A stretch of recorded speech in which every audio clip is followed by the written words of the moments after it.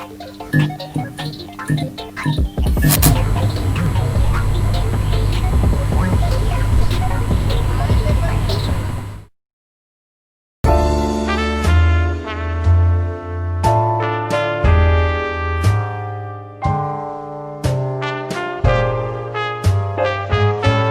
and gentlemen, boys and girls, welcome to a very special occasion, purely for your entertainment tonight.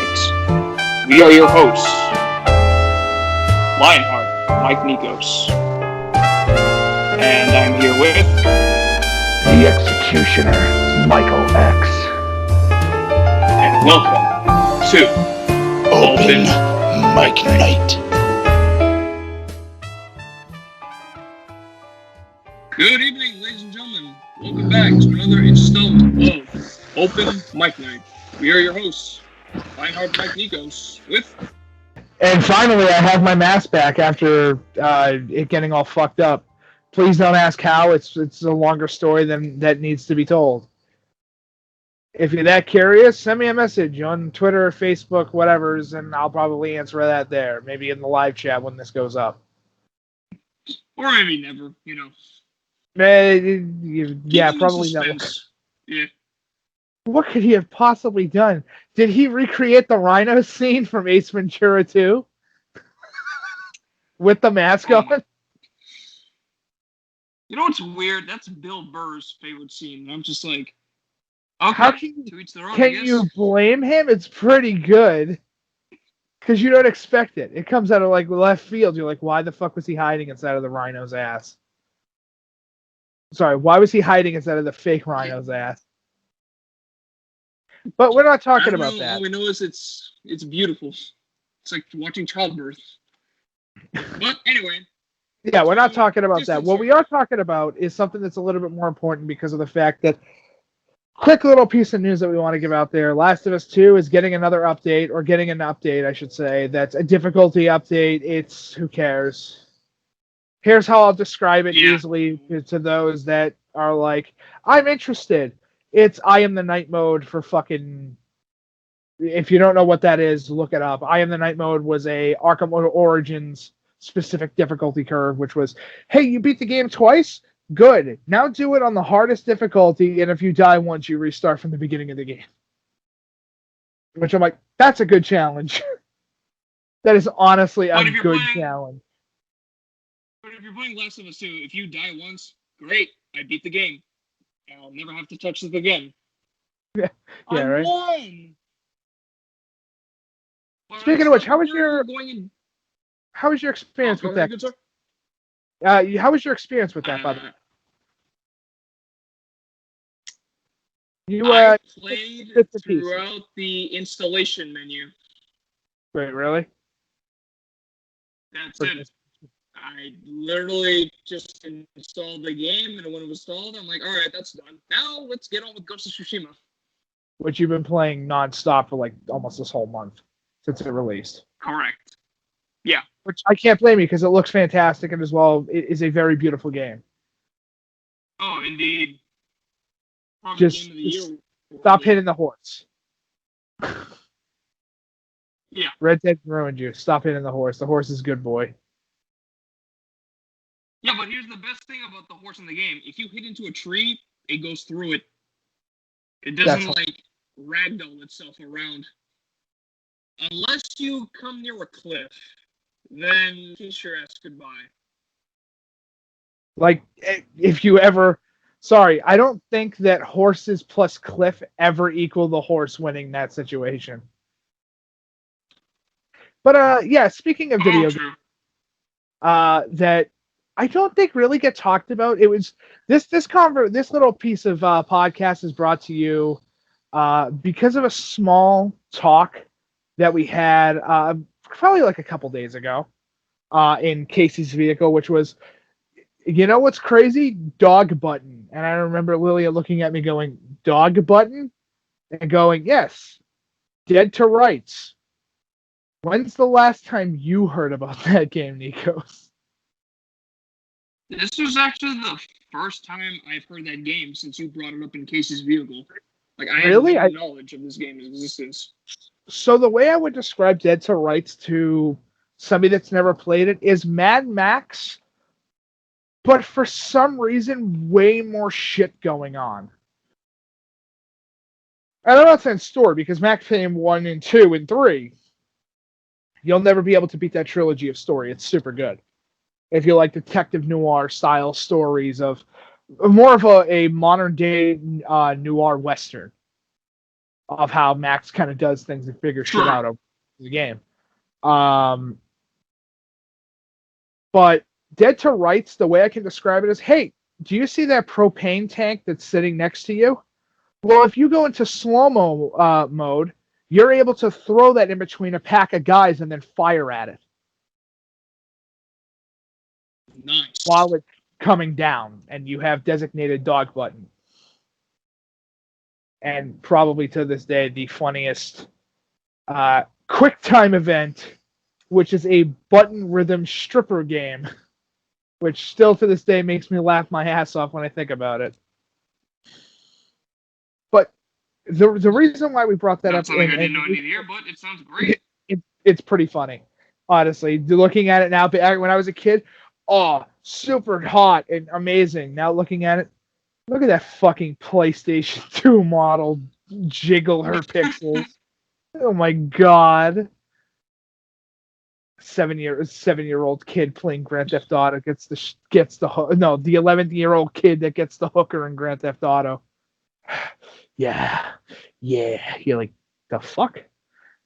You're looking at that now and you're laughing your ass off. But the reason why that conversation, what we're trying to bring back that conversation is, there's a lot of games that I guess not a lot of people know about, and it kind of it honestly blows my mind that there's a lot of shit that kind of sneaks through the gaps a lot of the time, and nobody really either wants to talk about it or goes, I've honestly never heard of that till right now.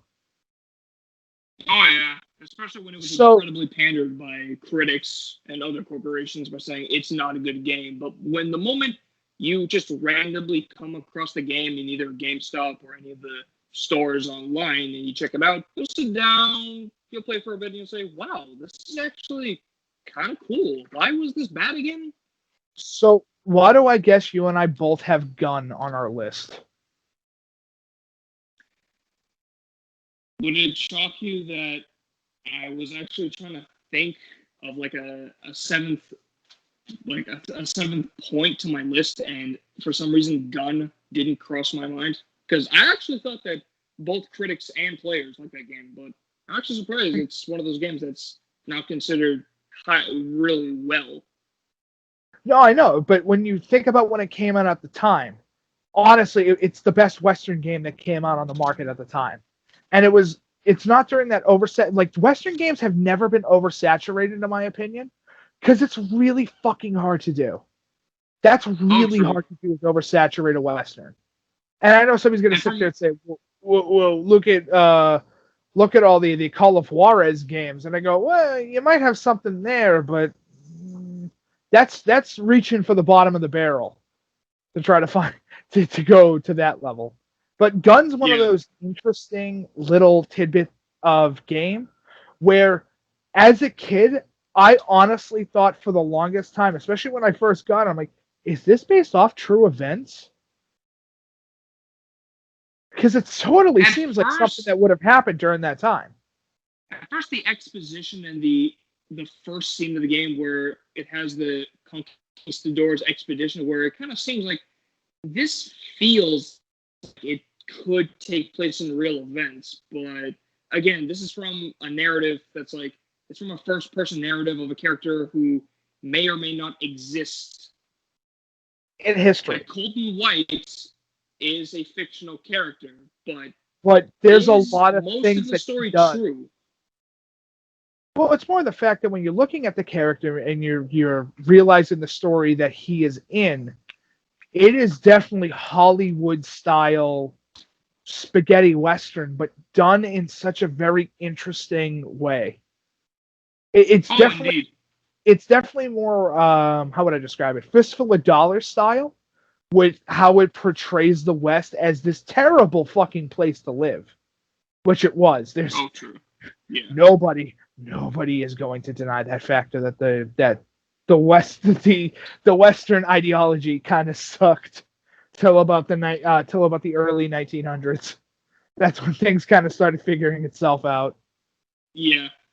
The late But 18 the Wild like West, the late 1800s to the beginning of the early 1900s. oh yeah. The Wild West was, well, the Wild West. It was wild. People could do whatever they want. Anyone who had a gun back in the day was the lawmaker, and times the lawbreaker, and sometimes the law, period. Underlined, bold. Now, question for you. Did you knife Sure. fight I'm sorry, could you repeat that again? Did you knife fight the bear? You heard me. In my first playthrough, I tried that.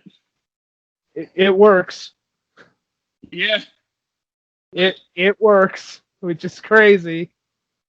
That was amongst the first games that I ever played, and this was during a time where I didn't know how to point and shoot, so I just straight up went up to the bear and just meleeed the shit out of it. And it's a viable strategy, honestly. Yeah. Like, you have the early railroad section of the game that's very interesting. You have the the first time you go to the town in the game. You have the fight at what's the name of the second town of the game that's named after an apple.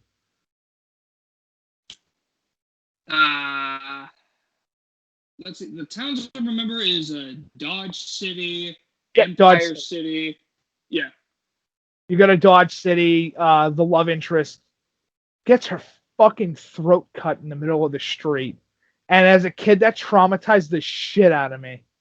Actually, no, it wasn't in the street. It was actually in the manor of the mayor's mansion. Yeah, when you get to Empire City and when you get tricked by the mayor, you see Jenny's throat get slit by the preacher, and all the villains just start attacking you at once. Yeah, because that's what we want to fuck with. Is the new guy in town who kind of sort of might have killed several individuals before even making his way to this town. Because that's fucking smart, right, boys and girls? Let's go fuck with the cowboy who just arrived. That's usually how that story kind of starts and ends. Pretty much how all Western starts and ends. Depending on the Western. Yeah. I don't know. I mean, if you remember correctly, Fistful of Dollars is kind of one of those. Don't fuck with my donkey, or I'll shoot you in the ass. Literally, I'm just gonna shoot you in the ass. Mess with my ass, I shoot you in the ass. Yes. But in your opinion, good sir, what is an underrated game? One that you hear nobody ever talk about. The media kind of, I wouldn't say the media forgot about it, but there was like no coverage when it came out. And it does some things in there that's like, that's really interesting.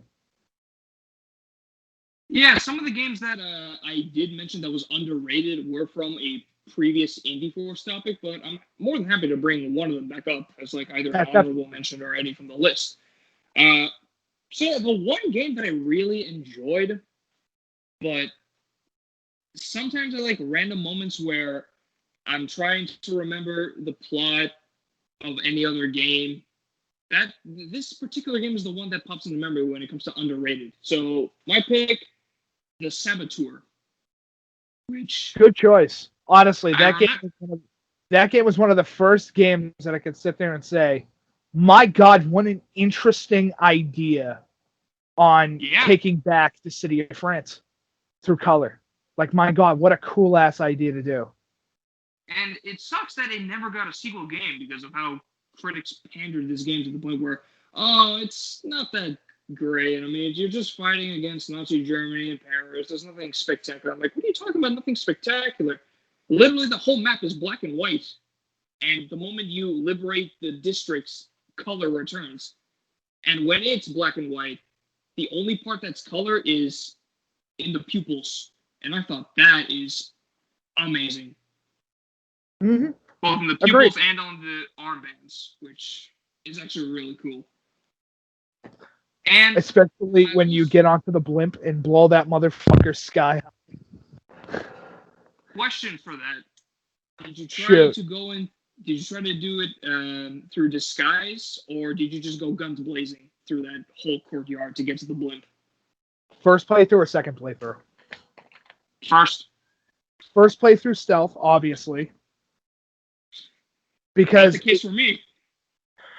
Everybody has their own methods. I like going stealth first with a game because I like to see. It's kind of like when I played Dishonored. Dishonored, when it first came out, I played that whole game stealth the first time I played through, and then second playthrough, I said, fuck it, I don't care. Because I already got the good ending. I could give two shits at this point. But yeah, with Saboteur, the stealth aspect's a little wonky. But the way to get around France is so interesting. And plus the music. Oh my god. That jazzy 1930s/40s music aesthetic is kick ass. Fish in the sea, you know how I feel. Blossom on the tree, you know how I feel. It's a new dawn, it's a new day, it's a new life for me, and I'm feeling good. That fucking game is. We have to play that for Button Mashers one day. That whole game. It's so good. I had that game, but I can't remember what happened to it. It must have been lost in the collection of Xbox games that I lost. But I will say this before I move on to the next game. The Saboteur has the best and, to some, forgettable protagonist ever. Are you talking about Sid German? I was actually referring to the Irishman. Oh, well, obviously the Irish boy. Our good stock car racing fucking Irish boy. Who's all badass. Yeah, he's just like a really memorable protagonist, but I'm just surprised that not people remember him because he's the most badass motherfucker in the entire game. Who wears a scally cap, laddie? He wears a scally cap while doing all this shit. I mean, yeah. God damn, the opening of the game is so good. It is. I mean, the game is literally telling you, how are you going to get around? Literally, here's how I'll describe it. Assassin's Creed came out prior to Saboteur, but I think Saboteur has the better getting around the city aspect. There's way it's like Grand Theft Auto mixed with Assassin's Creed. There's way more ways to get around the city of France. It's crazy to me how many different options there are to get around France. And the fucking final fight of the game? Yo, we doing this shit on the Eiffel Tower, son? Let's fucking go. 1 second. I'm not sure. Like, I just... Like, all I remember is like the prelude leading up to the final boss where you just go up the stairs of the Eiffel Tower. You're surrounded by dead Nazis, and you come across that one Nazi soldier playing a somber melody on the piano, and all he does is looks at you and says, he's upstairs. Like, he doesn't ask you why you're there. He doesn't ask you what's your business. He's not even asking who you're looking for. He just says, he's upstairs. Like, it's like this dude knows what's about to go down. And the prelude leading up to the final moment where you defeat the boss that has been meddling with you throughout the entire game, perfect way to end it. Oh, don't forget about the fist fight mechanics. Oh, that game, it felt good to beat the shit out of somebody. There are a lot of games out there, like especially fighting games, that it feels good to hit like a combination or to do specific movements. But I don't know what it is. Maybe it's just the visceral camera movement, or maybe it's just how impactful the punches are. But holy fuck is your main character rocking Nazis in the face. Yeah. Like, holy shit, some of the blows are super good. especially the. Do they get like especially martial arts experts to like the Well, he design doesn't of the? fight. He doesn't fight with fist any type fights? of martial art. That's the whole thing. He doesn't really fight with any specific martial art in mind. He fights like a street thug, and that's how he should be. He should fight like a punk. Oh yeah, true. He should be the polar opposite of a well-trained soldier. He should be the perfect ideology of a saboteur. Mm-hmm. But if you want to talk about underrated, have you ever Yeah. heard of Darksiders? Which one? The first one. Yes, I have heard about Darksiders. I know. The only person I've ever had a conversation with that game about with is Sean, out of all people. And it is That probably makes sense. one of the best Legend of Zelda copies I think I've ever seen, and it does it very well. Every weapon that you get feels like it has a purpose and isn't just kind of there to fill in a quota. You get very good weapons throughout the course of the game. And plus, for God's sakes, you're playing as one of the 4 horsemen of the fucking apocalypse. How can that not be cool? Oh, and Which horseman? War. The first game you play as Liam Sense. O'Brien, also known as War. The second game you play as Death. The third game you play as Fury. And the game that was just released probably about a year ago up to this point, you play as Strife / War, who go to hell to deal with pretty much the main antagonist of the game. That's the best way I can describe it. It's to deal with the main antagonist of the game. But it's very good. The first game specifically, if you're looking for a Legend of Zelda game on the Xbox, it's probably the best you're going to get, besides trying to mod the console. Yeah. But it's very good. It is one of those... In fact, that...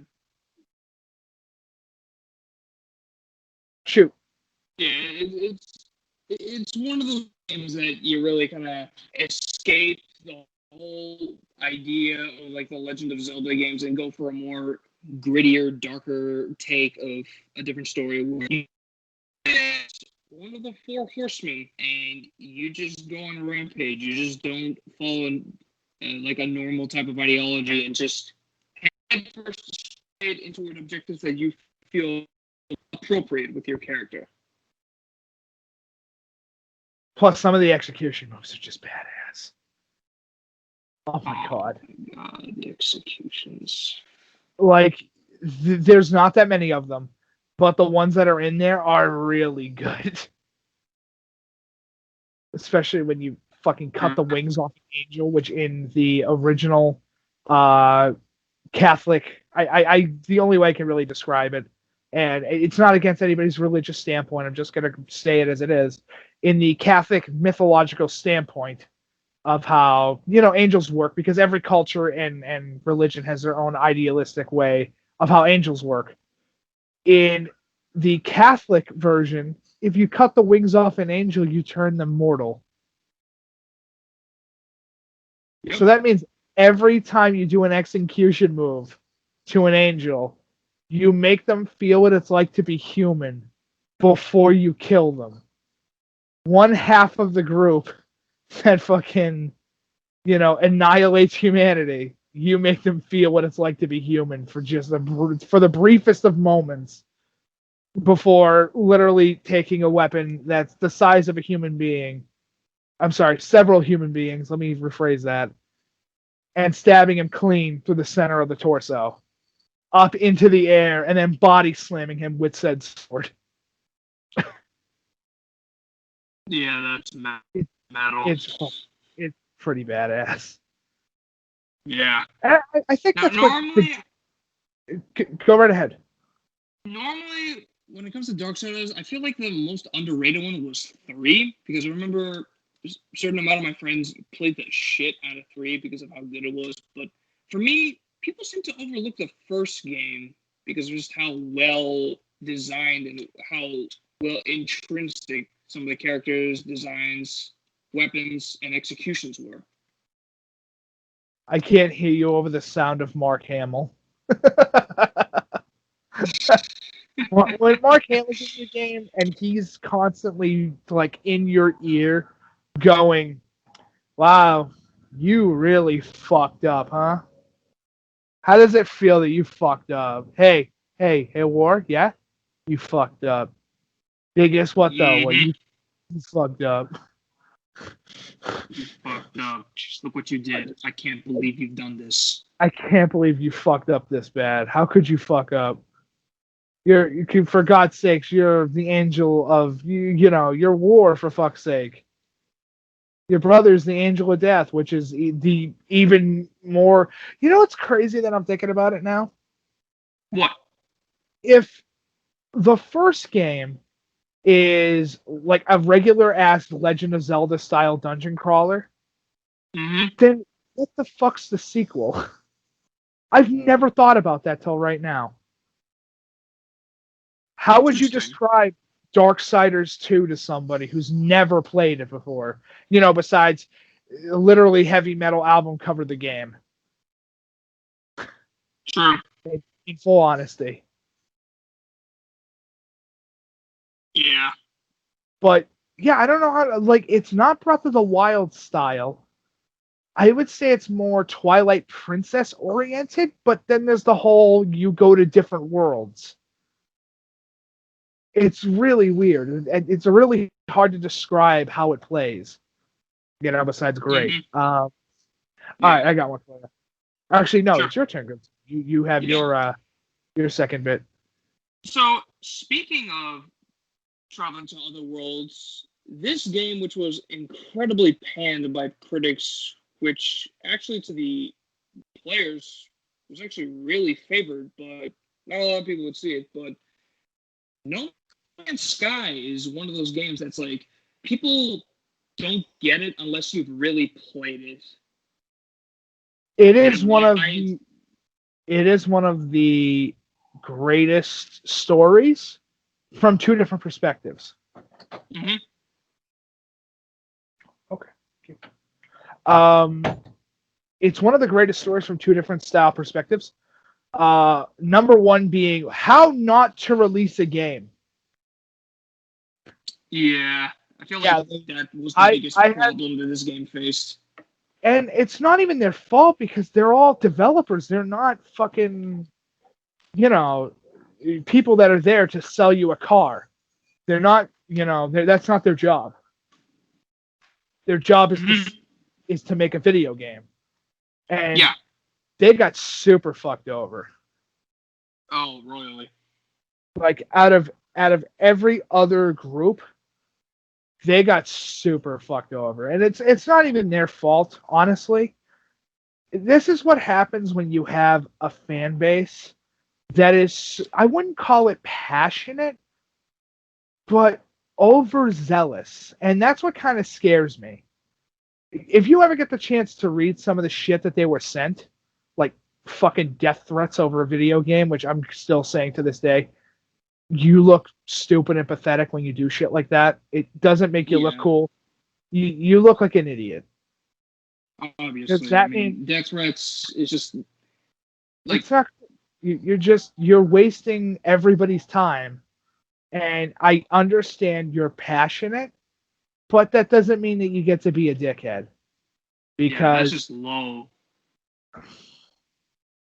Because you want the video game right now, which makes you look like a toddler. Mm-hmm.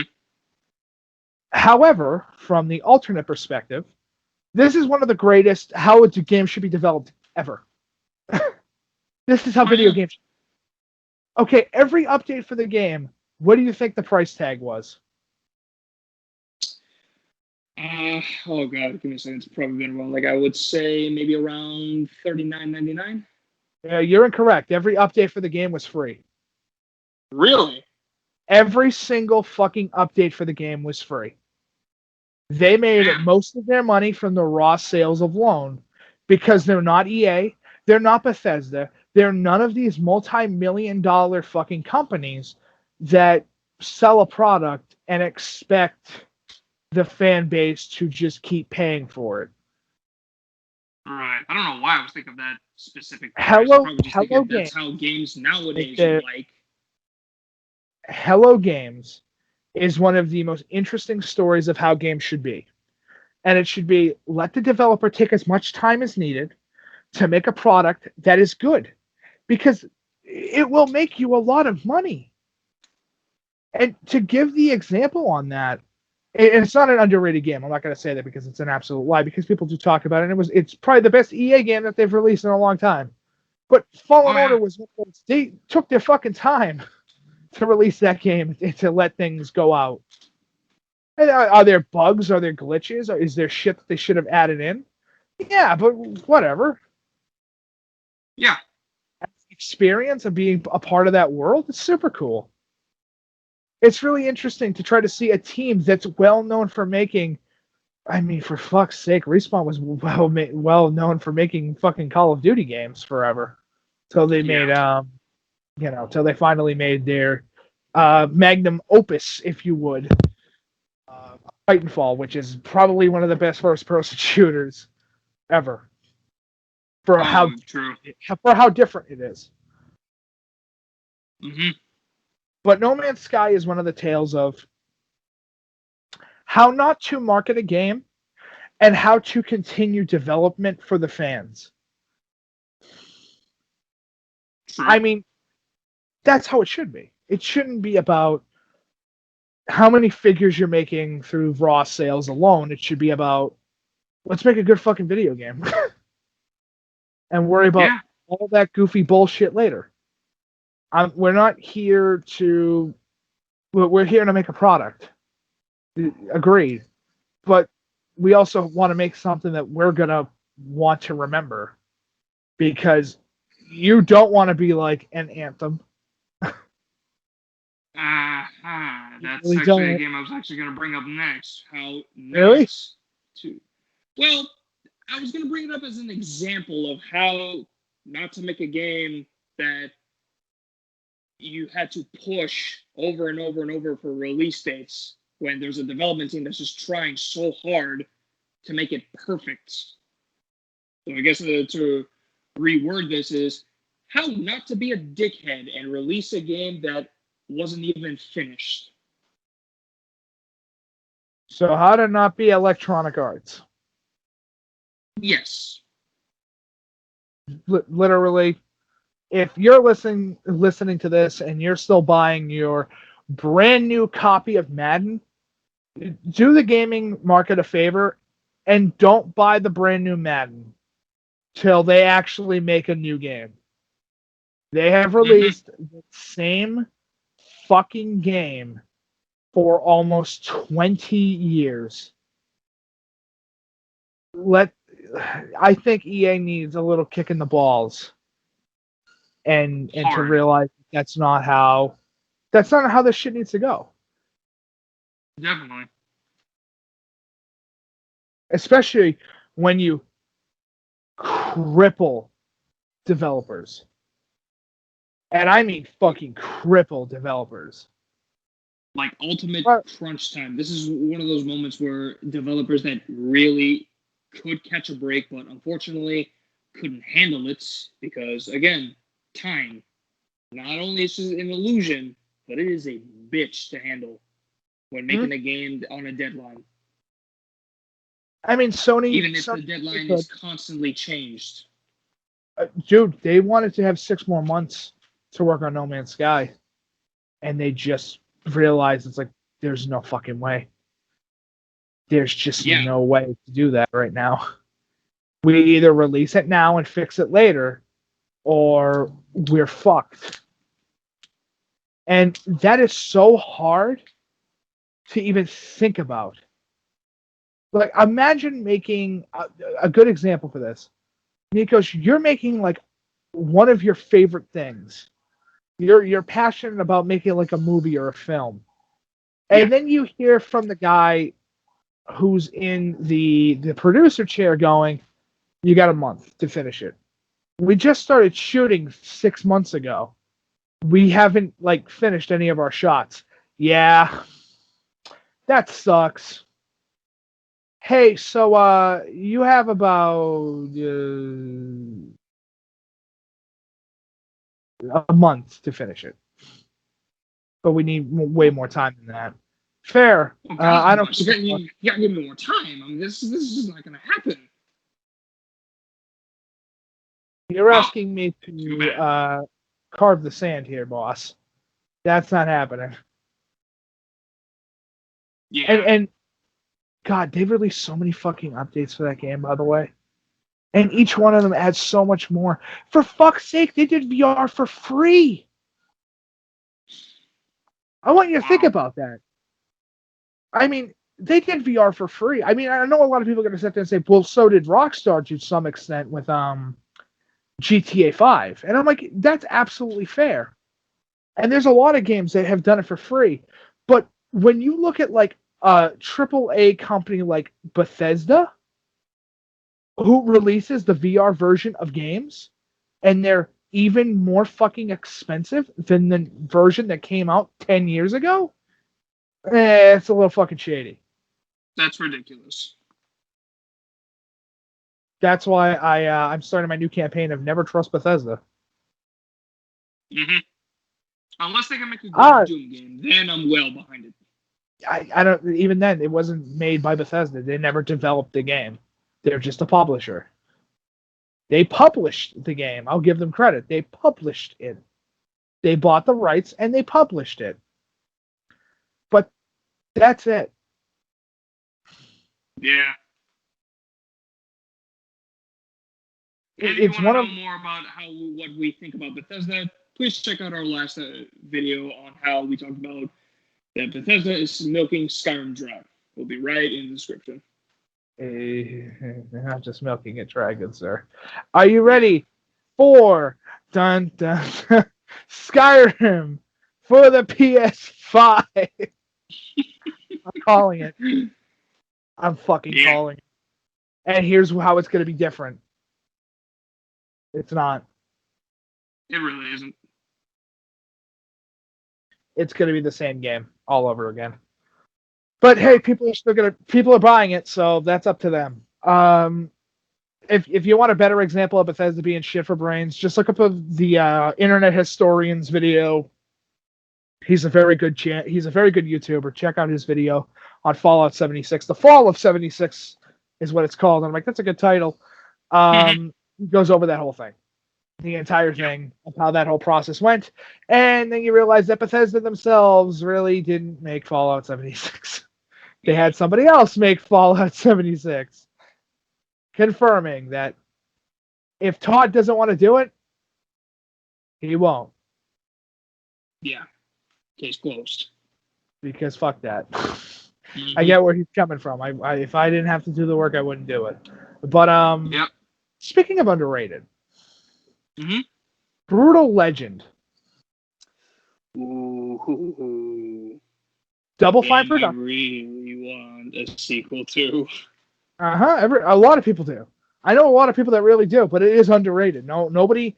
You don't sit there having anybody go, "Hey, do you remember when Christopher Lee voice acted in a heavy metal game before he released his first heavy metal album?" And that actually came as a surprise to me.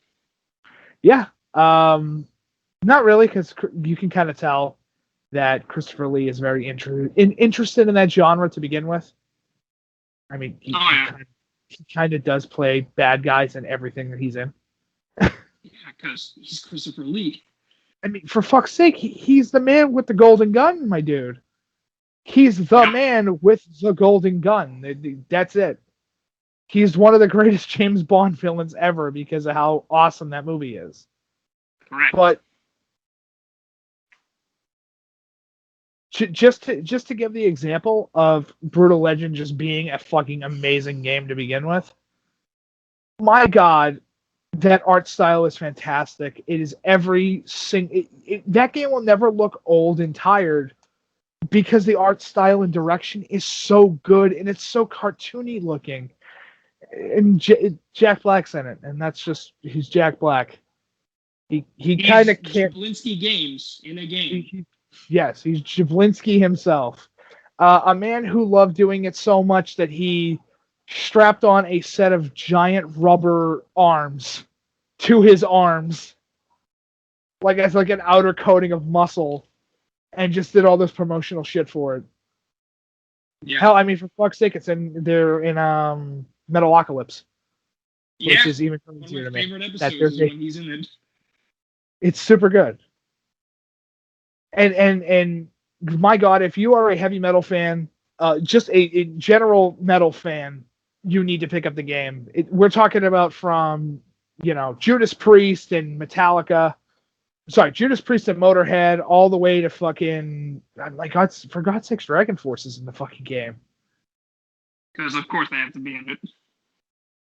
Hey, that driving sequence when you're escaping while the meteors are dropping, don't even sit there and say that song did not fit. It does. It does. You can't even be mad at it because it's like, you know what? Fucking fair. Yeah.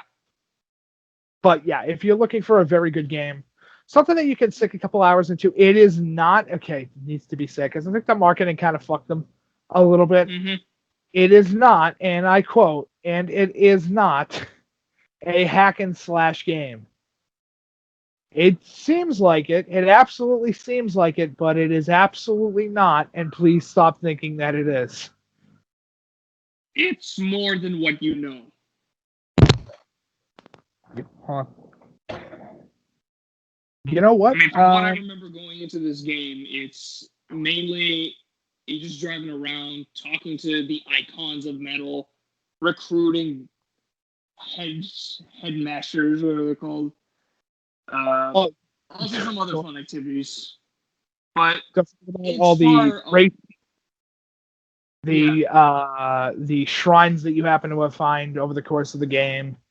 Oh, and my personal favorite thing of them all, learning all the brand new solos, including one of them literally being a fucking giant Led Zeppelin falling from the sky that's on fire. Yeah, because how it's pretty metal can you get than that? The Druid Plow. The entirety of that car. Yeah, the car. That thing is badass, and we all know it. And we all want it. In some fucking extent, we want it. Especially when you upgrade the car to max, and then it's beauty.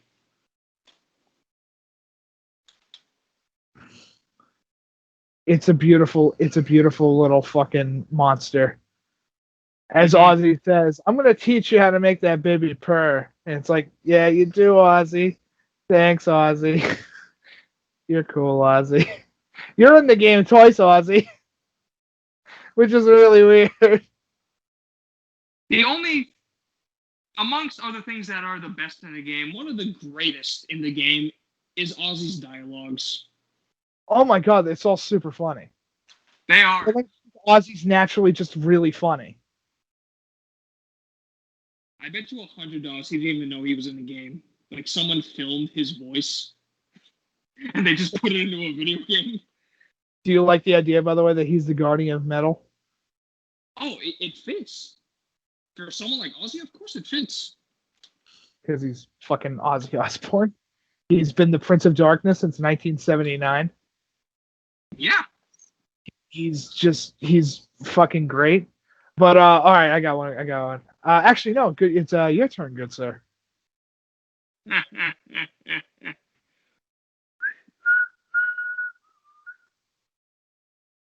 If it's Deadly Premonition, it's getting a sequel.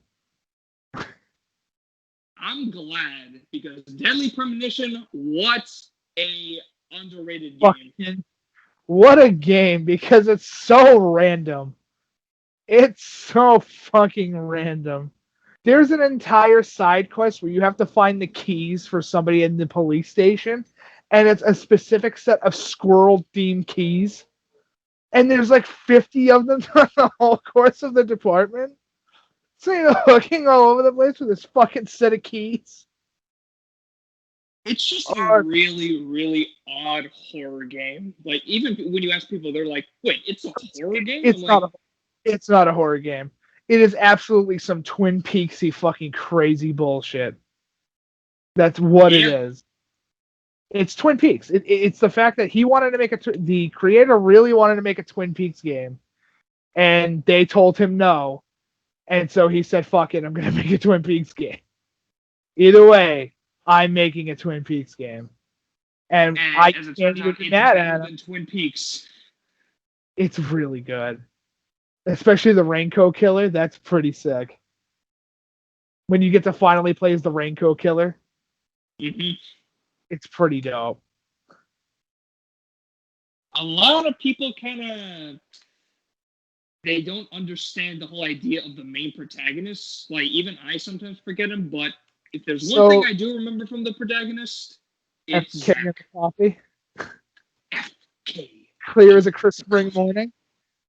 Clear as a crisp spring morning. Oh my god. It's so good. It's like the funniest. I could listen to that dude talk to himself for like an hour and not get bored. You know what I like to say? He's Agent Amin Jaden before Agent Amin Jaden in fucking Heavy Rain. That's what I was thinking. That's what he is. He's Agent Amin Jaden with all his wacky, crazy bullshit, but before Agent Amin Jaden ever existed. So it's just crazy. Did the Zach thing, was that just his character, or was he he got into himself in an accident that's created? Oh no, it's a split personality. Right. York, and then there's Zach. His name is Zachary Francis York. They're two minds in the same body because they were twins. Yep. Which I'm like, that could be a worse storyline. And I can sit there and say, I didn't get bored throughout the entire course of this, almost 20-hour plus fucking game, which it is not an easy feat sometimes. Oh, true. But there's like so much shit that's going on. Like the giant Dobermans in the middle of the street that you go, why is that there and how do I pet it? Oh, and the twins, the awkward twins that just exist. Yeah. You know, it's also very good. Speaking of horror, what? Alan Wake. Never heard of that. Really, Alan Wake's very good. It's made by the guys that made Max Payne. Interesting. It's their Twin Peaks game. Dude, everybody just really wants to fucking make Twin Peaks. Just let these people make a Twin Peaks game. No, but it's a very good. It's a very good psychological horror game for one specific factor, and that's you're literally playing as a novelist, like a Stephen King archetype, and he literally goes, just like Jack in The Shining, and you're like, wait, can you legally make those jokes? Will Stephen King get mad? Wait, Stephen King doesn't give a fuck. Because Stephen King has more money than Oprah Winfrey. Okay, that's a lie. He has a lot of money, though. That man that does not need to worry about cash for the rest of his existence. Yeah, to be fair, I don't think he'd pretty much care. If you want, license him. Who cares? I'm just going to sit there and like, oh, wow, that's actually better than my character. Twin Peaks.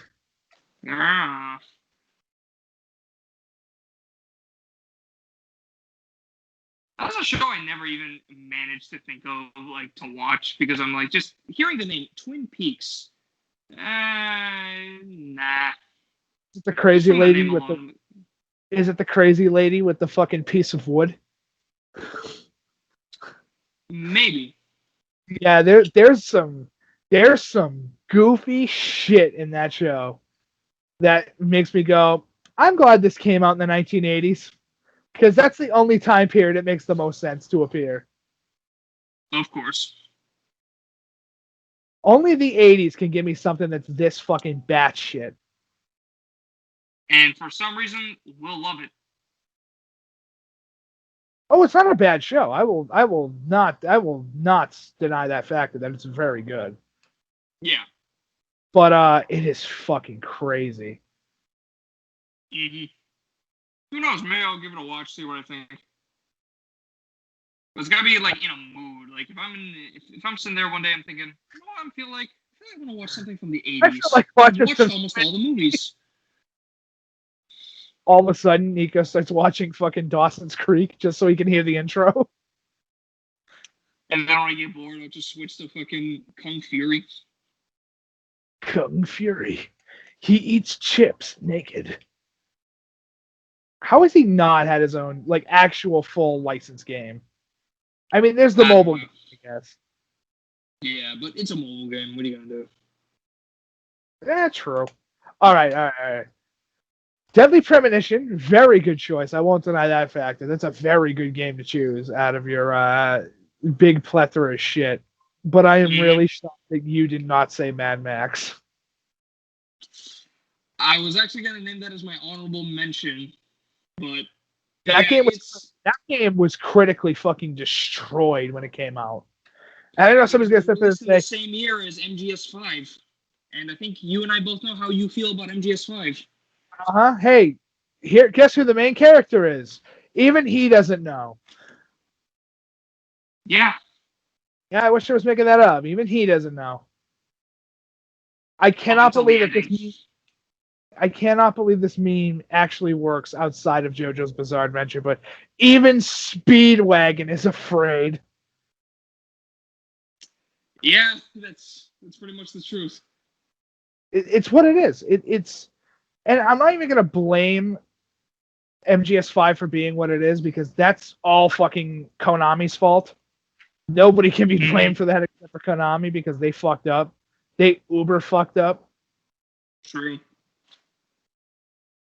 But to get back into the conversation of Mad Max, the video game, I agree with you. It is really an underrated game. Like, the story was kind of mediocre, but the open world in the game where you drive over the dunes, blow shit up, get into death races, and some of the characters that you meet is actually really enjoyable. Like, it's actually, like, closer to a Mad Max game than what George Miller had previously envisioned in the games that he was trying to work on.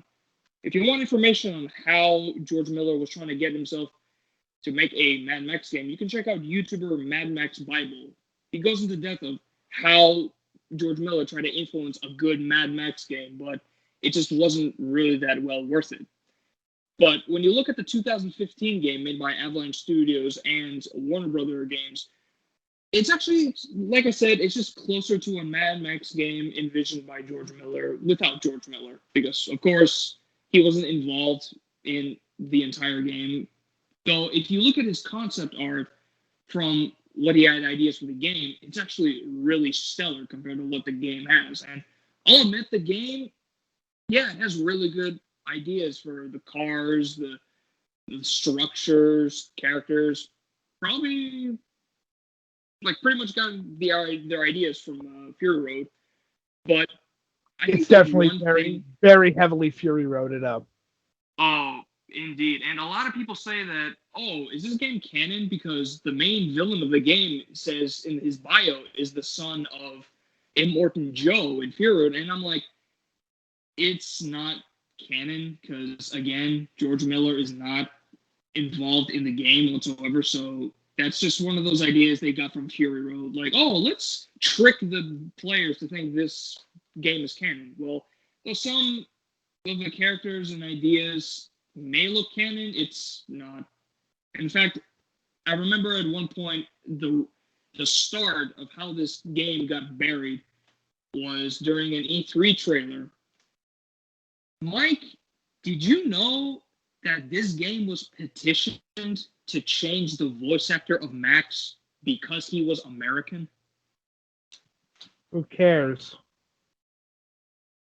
I understand some people wouldn't care because, oh yeah, he's American. I mean, it's a character. Who cares? But no, Max is supposed to be Australian. Get an Australian voice actor. Like, okay, but not everything has to be to the point. Here's my counter. Then how come Tom Hardy got to play as Mad Max? Isn't he American? I guess it's mainly just a look. But it's not even the fact. Okay, Mel Gibson doesn't care about this franchise anymore. It's very obvious that he doesn't care about Mad Max. He's left that entire decade of his fucking life behind. Yeah. And I get it. I understand that it's like, well, Mad Max is supposed to be Australian. Mad Max could be whatever is needed for the plot. It doesn't matter if he's Australian, black, or white. You can have a black Mad Max. Who gives a fuck? As long as it makes sense. Mm-hmm. It kind of fits into the whole idea of the... As long as it works, I don't give a shit. And this game works wonders, let me tell you.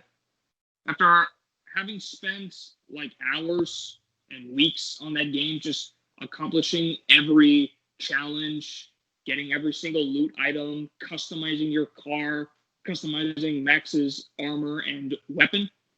Because, yeah, in the first game he loses that, which, alright, I get it. I somewhat get it. It's almost like an RPG. But to the whole narrative and aesthetic of what Mad Max is trying to be, this game fits. But like I said, this game, like the setting of Sand Dunes, was buried because of that one game that has been overhyped from release, but before release and after release, it just kind of ended up being disappointing. Agreed. I think the thing that kind of did kill it is it came out, if I remember correctly, right after the Arkham franchise had its... One second. Huh? Okay, cool. Oh, yeah, I'll be up there in like a little bit. No, but the big thing with Mad Max, and my apologies, by the way, if somebody is watching this and hearing all the interruptions. You know how things are. It's during the middle. It's Friday. What do you expect? Things happen. Yeah. No, but here's the thing I want to say about it. It came out during the Arkham franchise and has roughly the same combat scheme. And what doesn't really help it is that Shadow of Mordor also came out, which has the exact same combat scheme. Yeah. It kind of consideration that Shadow of Mordor came out the same year. Shadow of Mordor came out roughly either between let me see, when did Mad Max come out? Give me just a moment. I'll look that up. So let's see, Mad Max. Ninja game. And by the way, if there are some people out there who are like, "Oh, really? George Miller had ideas for a Mad Max game? Well, has he ever made them?" He's like, "Yeah, but I'd warn you not to look into it because some of them are pretty bad, even bad compared to our standards." Yeah, well, I mean yeah, it came out a year after Shadow of Mordor. Yeah, so it was definitely during that time of, if I want to, did Arkham Knight come out? Let me see, Batman, Arkham. It would feel appropriate that it would have come out during that area. I guess it was just all competitive. I don't know. I think to answer 2015, yeah, it came out. It came out 3 months before Mad Max. Mm. Oof. Ooh, that may have not have been a very good time for that to come out.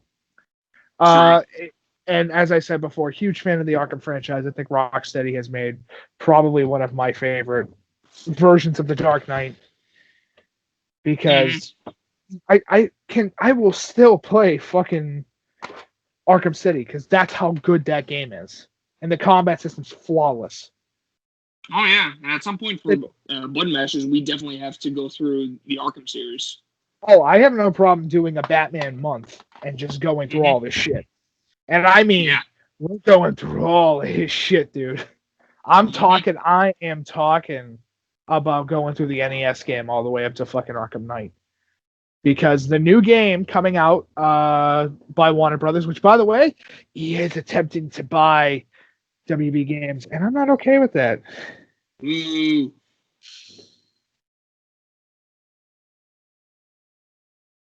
But yeah, I did not know they were gonna make another Batman game. Which, don't get me wrong, I'm all up for another Batman game. Just give me them all. Yeah, it is. So yeah, Mad Max suffers from the issue of coming out at the worst possible time to come out. Origins came out 2 years prior. Shadow of Mordor came out a year before, and came out the same year as Arkham Knight. It was fucked. Yeah, but and what could they do? It's one of those absolute like, oh wait, Batman's coming out this year. Maybe we should push to next year. Because that's if you have roughly the same combat scheme, everybody's going to call you an eight Arkham clone. Yeah, which isn't fair. Can we say that, people? Sometimes a good combat scheme is just a really good combat scheme. True, that's like getting pissed off that SNK uses fucking 4 buttons instead of 6. It's shut the fuck up. Everybody does something personally, different. I really, really enjoy the combat style of Mad Max. Like, it's a mix of mixed martial arts with wrestling. Like, one moment you can hit guys with haymakers, other moments when you're in fury mode, you could potentially kill your opponents with burning hammers and drop kicks. Hey, listen, I will never say no to a good drop kick. Yeah. You know me. A good visceral drop kick is badass. Even though it makes no fucking sense to do, a drop kick's badass. Especially when the guy flies over like a bridge or a fort. Dude, Uncharted fucking... Did you know Nathan Drake has a drop kick? Really? Nathan Drake has a drop kick in one of the games, and I lost my shit the first time I saw it. I went, why does he know how to do that? You're telling me that Nathan Drake is fucking watching WWE matches before he goes on his adventures? It's most likely. I mean, he and his brother attempted a glitch in 4 with a powerbomb Nadine. Which I have to say is the best glitch in the game. Fucking powerbomb this bitch. It's kind of like, you know what? I wouldn't really call it an underrated franchise, but one franchise that I think you and I would have a lot of fun with is the Yakuza series. Because I love the idea of we'll call him 6-foot individual, because his height really isn't given, or at least I don't know it off the top of my head. Really need to say that in case the internet gets on my balls about this. Because Kiryu, as the main character, literally does suplexes onto fucking bike racks. Yeah. And I'm like, why do you know this? When did you find the time to watch New Japan Pro Wrestling matches as a kid? What's next? Are you gonna fucking pull out the burning hammer? And please do. Well, I feel like Majima-san would probably do the burning hammer. No, Taiga would be doing... Dude, Taiga's the wrestler, and that's, if I remember correctly, that's Kiryu's brother. Oh, yeah, you're right. Yeah, Taiga also fights a bear twice in the woods. God damn. I might have forgotten to mention that to you, that if we ever go to the Yakuza games, you know how, like, there's, like, you know, your random enemy fodder, just normal-ass guys? Yep. Kiryu fights 2 tigers in one of the games. Oh, God. He beats them. Jesus Christ. 2 huge Siberian tigers. Kiryu beats with his bare hands. God damn, Kiryu-chan. Kiryu-chan, Oh, God. One video was the reason how I got into Yakuza. Oh, no. Remind me Wednesday when we're hanging out to show you the Heat moves.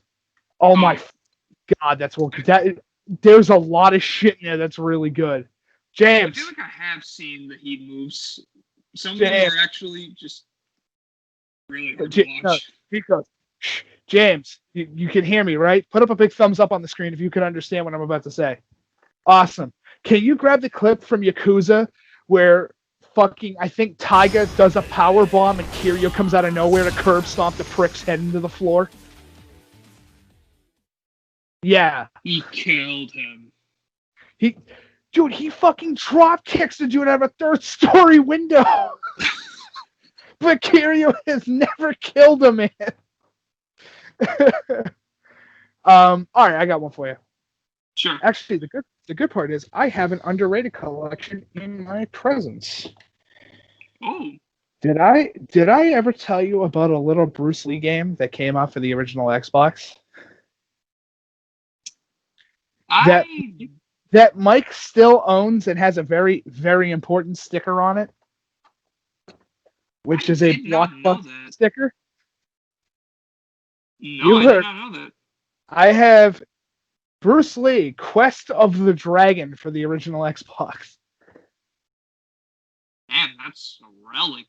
Okay, so did I ever mention that this game has probably one of the longest fucking moves lists ever? Really? He has a 5-page moves list. Oh my god. Like in the manual, he has a 5-page moves list. Because of course that's expected from Bruce Lee. But I mean, like, what if I told you that he's doing Marvel style combos on dudes, and he has 2 different style fighting stances, which is Jeet Kune Do and Nunchuck. That's why it's 5 pages long. It's incredible. It's super fun. I beat the whole game when I was a kid. I would beat it now, but you know, Xbox originals are not cheap to find.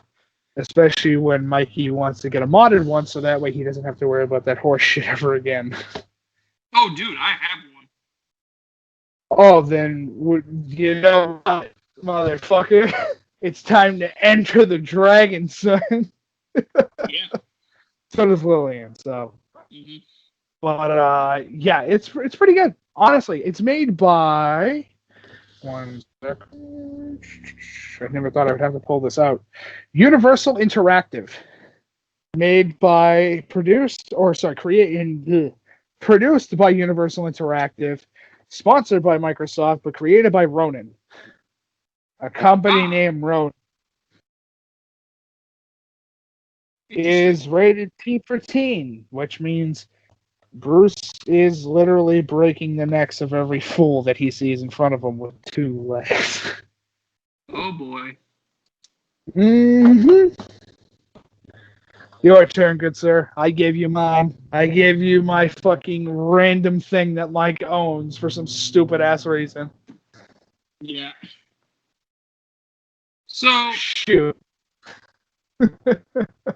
I really enjoyed this game, but sometimes I really don't understand critics. They really truly don't understand the whole value of video games.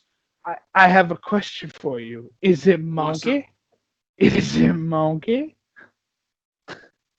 You're close, but no. Is it big monkey? I would say stupid monkey. Giant monkey? Does this giant monkey fight huge T-Rexes? T-Rexes, centipedes, humans, the plane,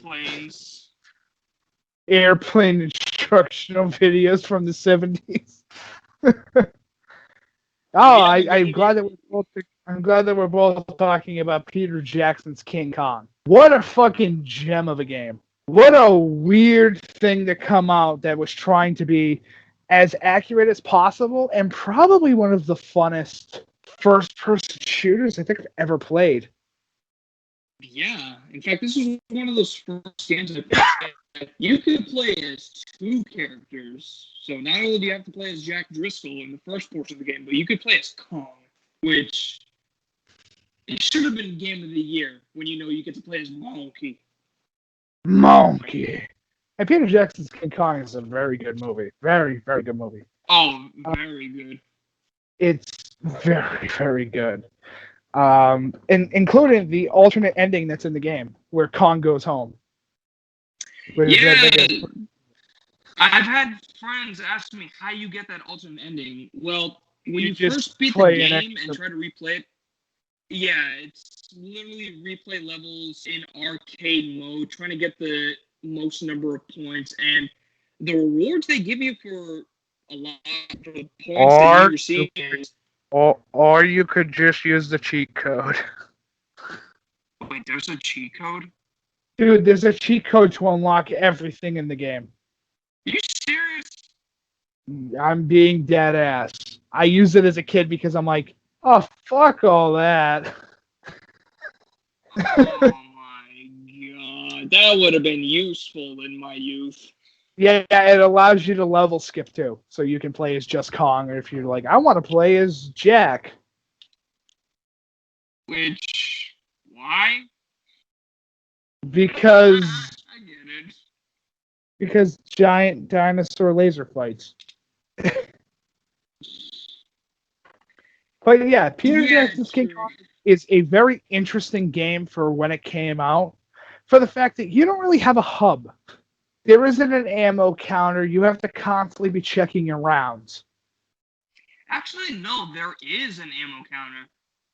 I don't remember that. You have to go to the options menu, and there's like HUD on off, and it's automatically switched to off, which is actually kind of cool. I like how games that just doesn't show you every detail about each weapon you obtain. Like it kind of makes you feel like where you're going, you don't need no hub. Try and survive without it. Here's what you need. When you're going on a hostile island, I agree. Hey, hear me out. All right. Mm-hmm. Spear. That's all you need. Bone. Literally spears. That's all you need. Flaming spears. Or flaming bones. Or monkey. Or monkey doing suplexes onto fucking T-Rexes. Okay, his rage mode is... Oh my god, it's so fun. It's so good. The most annoying fight's the in the pterodactyl pit. Oh yeah, that. Oh god. That's harder than the 2 T-Rex fights. The back-to-back T-Rex fight that you have to do. If I remember correctly, there were 3 in that mission. I remember 2 back-to-back because he fights 2 in the movie back-to-back. Like he literally fights 2 at the same time. And don't forget the third one because he popped out of nowhere. Oh yeah, there is 3. Fuck, you're right. Oh, and what Kong does to all the Velociraptors. Picks them up, bites head off, and chucks it behind him. Uses your own things in the game. Like, they were so annoying. That and those very bats. Good game. Oh, yeah, well, I mean, the bats you can grab out of the air and just rip the heads off of. They're not that hard to deal with. True. Okay. It's one of those games I really want to remaster too. It's that good. Oh, it's very good. I think it deserves it, but the problem is the licensing nowadays would be kind of a nightmare. Yeah. Alrighty, but good very good classical one. You ready? I'm ready. Psyops. Come again. Psyops, the Mind Gate conspiracy, is a Midway game. Oh, you know it's going to be good. It's a Midway game. Where you get to play as a psychically charged soldier who uses guns. Cheat code to play a scorpion, by the way, and it's pretty badass. Huh. Yeah, there's a cheat code to just use Scorpion, because fuck it, why not? It's Mortal Kombat, who gives a shit? Literally, who gives a fuck? Just use Scorpion. No, but it's very good. It's not a bad game, especially when you start figuring out how things work. The melee mechanic is it just doesn't work. A lot of the time, you're throwing like huge haymakers for like no fucking reason. Just as I say, shoot everybody in the fucking head. Who cares? Just pop every person in the melon and walk away, like nothing happened.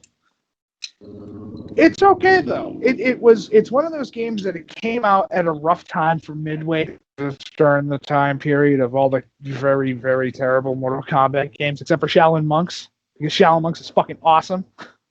Mm-hmm.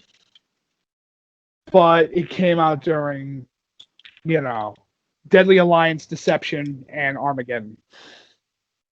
Yeah. That time period of Mortal Kombat. So, yeah, it wasn't great. Not good, but not great. Your turn, good sire. I really enjoyed this game, but sometimes I think critics are that stupid. Listen, gaming critics are gaming critics. What are you gonna do? And Deadpool was all right when it came out. It was a good game, but it's definitely one of those one and done playthrough games. Yeah, but it is for absolutely not. Shoot. I really enjoyed just what the idea of what the game was trying to be. Like it was fun for me. Critics, I understand where they're coming from, and other players, they just. Yeah, I can see it in your perspective. It's like a one and done game, but for me, I could replay that game over and over again and not get tired of it. It's fun. It's hilarious. It's definitely well put together, but I think it kind of does the problem of we have a Deadpool IP. How do we do it, and how do we do it with not really that much knowledge of the comics, which honestly help because that's not how it acts at all in the comics. I hope you know. Yeah. The way you see him in the game with all the crazy ideas and dance moves and shit like that, and the Marvel vs. Capcom style of him where he's fucking beating you with the health bar and shit like that, is close, but the comic version of Deadpool is like, I have to be funny because I am constantly depressed. Because my life sucks. I'm a walking tumor. Yeah. But honestly, it's a very good game. I like the weaponry. Everything was a lot of fun. The Mr. Sinister thing, I'm like, this is the problem that I have is when the game is even saying that its bosses that you're fighting suck. Yeah, I feel like that was the moment of the game where it's just kind of like, don't do that. Honestly, if you're trying to break the fourth wall, I get it. But don't do I feel like the constant joke was, Deadpool's making a game. And that's it. That's the whole joke. A funny joke. Said once, but twice, nah. But it's not, as I said, it's not a bad game. Oh, yeah, indeed. It's definitely one of those, I understand from alternate perspectives of why people didn't enjoy it as much as others. But it is absolutely one of those, it was one and done when it was made, and absolutely banked off the success of being fucking Deadpool. Yeah. Now, True. I got one for you. Oh, shoot.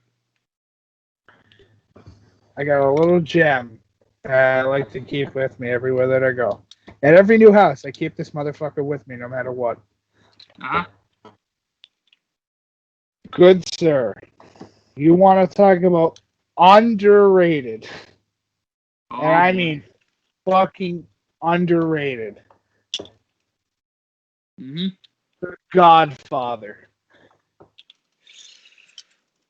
Oh, yes. Holy shit. Exactly what I'm talking about. One of the most interesting Conquer the City games ever. Because you can meet some. Oh, I got to go to the shop so I can convert the shop owner to paying me money every week and making a fucking fortune. Yep. Which, by the way, had no idea. Game also has cheat codes.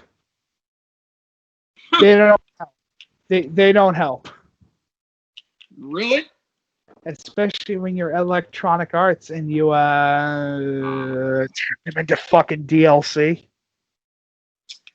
That's no good. The cheat codes are DLC, and you have to pay for every single one of them. Yay! What the fucking do? But it's one of those. You know what? I'm gonna put it in the trifecta category of you have Godfather, you had Scarface, and you had The Warriors. 3 movies, very good movies. 3 games, the best movie licensed games ever made. Period. Period. And I've heard a lot of people go, but Godfather has a lot of, you're doing the same thing over and over again. And I go, that's fair. Honestly, that's fair. But Scarface has a mechanic system that sometimes doesn't work. And I really wish it would. And it's like, that's fair. But what the fuck you gotta say about the Warriors? Oh, nothing. That's perfect. That's exactly what it needs to be. Perfect. It is. The Warriors is probably the best movie license game ever made. Because true. It's literally 2 games in one.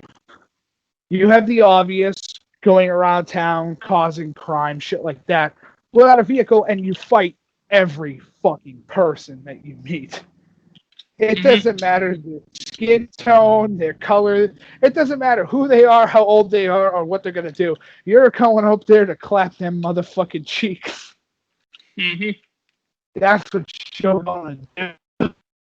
But holy shit, the Warriors is probably the most fun.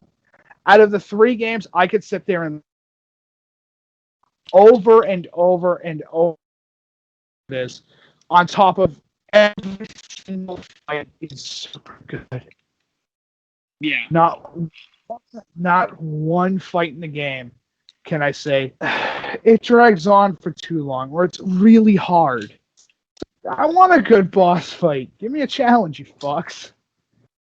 I don't want to deal with crybaby wine bag bullshit. Yeah. I do the hard shit for hard men. Yeah. So, would you like to be the one to end it off, or would you like me to say my last one? I'll probably end it off with this one game that also needs a remaster, but if it doesn't due to licensing, I understand. It's still a gem. So, in your underrated game, you picked the one that was based off movies. Well, for me, so will I. One of my favorite films was Lord of the Rings, Return of the King.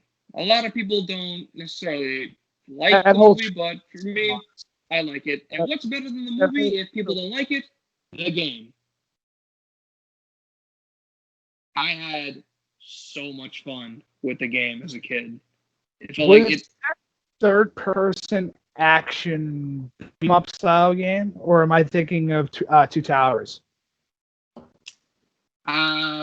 When I played it, it was kind of like, it was like a third-person game where you choose the characters between Legolas, Gimli, Aragorn, Gandalf, Frodo, or Sam, and just choose to go on their adventures, but of course, you have to go in a specific order on where they have to go to progress to the end of the mission.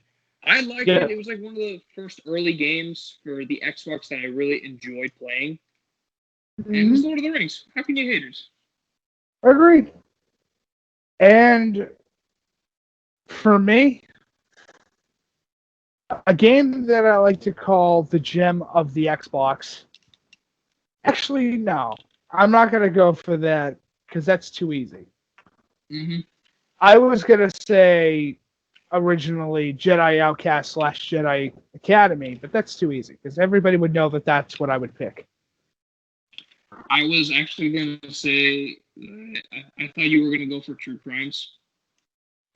Oh, no, but I got something that does involve crime that's even better. What? So, PlayStation 2 came out. Great console. Xbox came out. Great console. What game is on both That's badass. The answer? Def Jam. Fight for Wanted. New York. Real? Oh, you're right.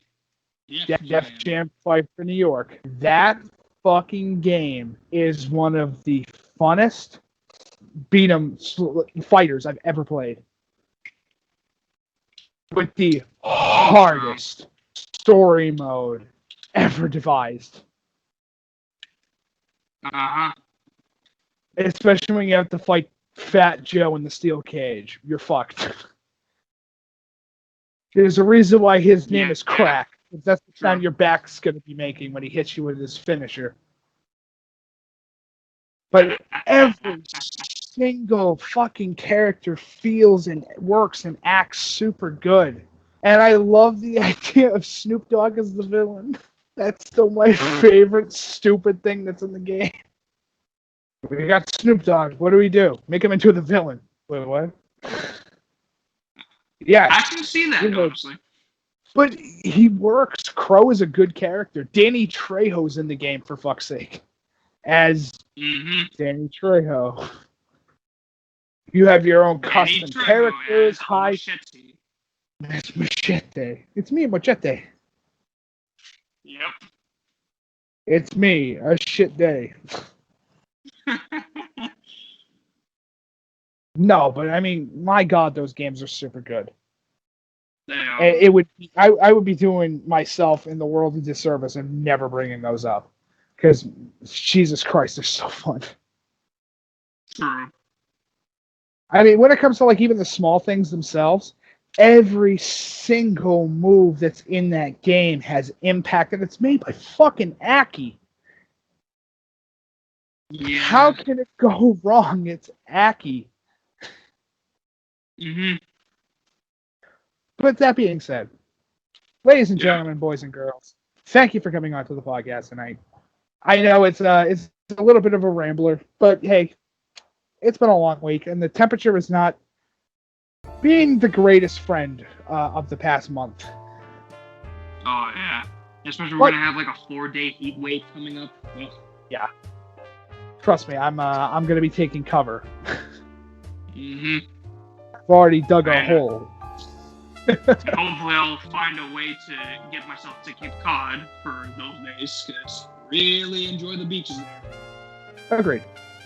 That being said, ladies and gentlemen, thank you for coming on to the podcast tonight. I'm Michael X. And I'm Leonard Mike Nikos. And we'll see you on another open mic night. Have a good night, everybody. Take care, everyone.